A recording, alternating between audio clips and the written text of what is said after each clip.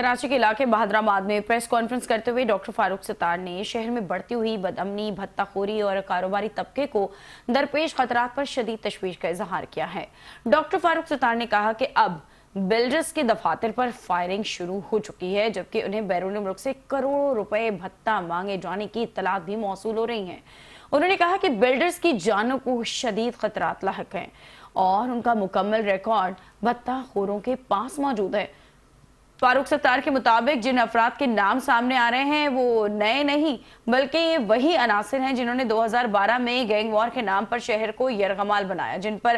कत्लो गारत के संगीन मुकदमात थे और जो मुल्क से फरार होकर बैरून मुल्क से ऑपरेट कर रहे हैं। उन्होंने कहा कि वजीर आला सिंध और चेयरमैन पीपुल्स पार्टी बिलावल भुट्टो तक शिकायत पहुंचा चुके हैं, मगर सवाल यह है कि कराची में कारोबार किया जाए या ना किया जाए।